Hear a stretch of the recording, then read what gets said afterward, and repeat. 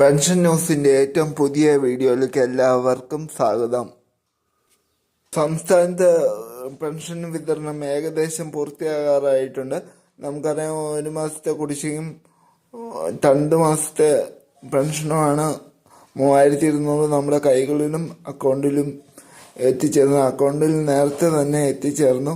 കൈകളിൽ 3-ാം തീയതിക്ക് ശേഷം ഒരു 4-ാം തീയതി ആകുമ്പോഴത്തേക്കും പൂർത്തിയാകും. ഇനി 3 മാസത്തെ കുടിശ്ശിക തുകയാണ് ഉള്ളത്, 4800. അത് അടുത്ത ഡിസംബർ വിഷുവിന് എന്തായാലും 2 മാസത്തെ ഗഡുക്കളുണ്ടാവും. പിന്നെ ഓണത്തിന് 2 മാസത്തെ ഗഡുക്കളും. എന്തായാലും 2026 മുമ്പ് വിതരണം പൂർത്തിയാക്കും കുടിശ്ശിക തുക. പിന്നെ ബജറ്റിൽ ക്ഷേമ പെൻഷൻ കൂട്ടുന്ന നടപടികളൊക്കെ സ്വീകരിക്കും.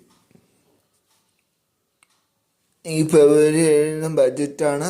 അപ്പോൾ ക്ഷേമ പെൻഷൻ വർധനവൊക്കെ ഉണ്ടാവും. 1600 നിന്ന് ഒരു 100-200 രൂപയുടെ വർധനവാണ് നമ്മൾ പ്രതീക്ഷിക്കുന്നത്.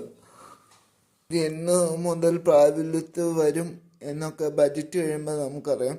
അത് ക്ഷേമ പെൻഷൻ ഇനി കൂട്ടാൻ പുതിയ രേഖകളെല്ലാം കിട്ടാൻ പുതിയ രേഖകളെല്ലാം സമർപ്പിക്കണം ഒക്കെ ഈ 17-ാം തീയതി, അടുത്ത മാസം 17-ാം തീയതി കഴിയുമ്പോൾ അറിയാം. ഇന്ന് ജനുവരി 30 ഇനി 16 ദിവസത്തോടെ നമ്മൾ കാത്തിരുന്നാൽ മതി, നമുക്കറിയാൻ പറ്റും.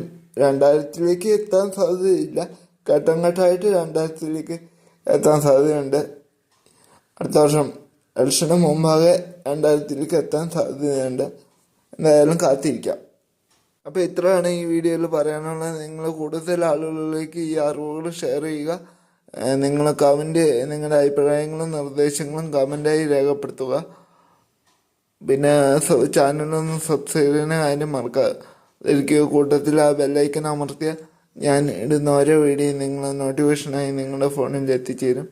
അപ്പം നന്ദി, നമസ്കാരം. വീണ്ടും മറ്റൊരു വീഡിയോ ആയിട്ട് കാണാം.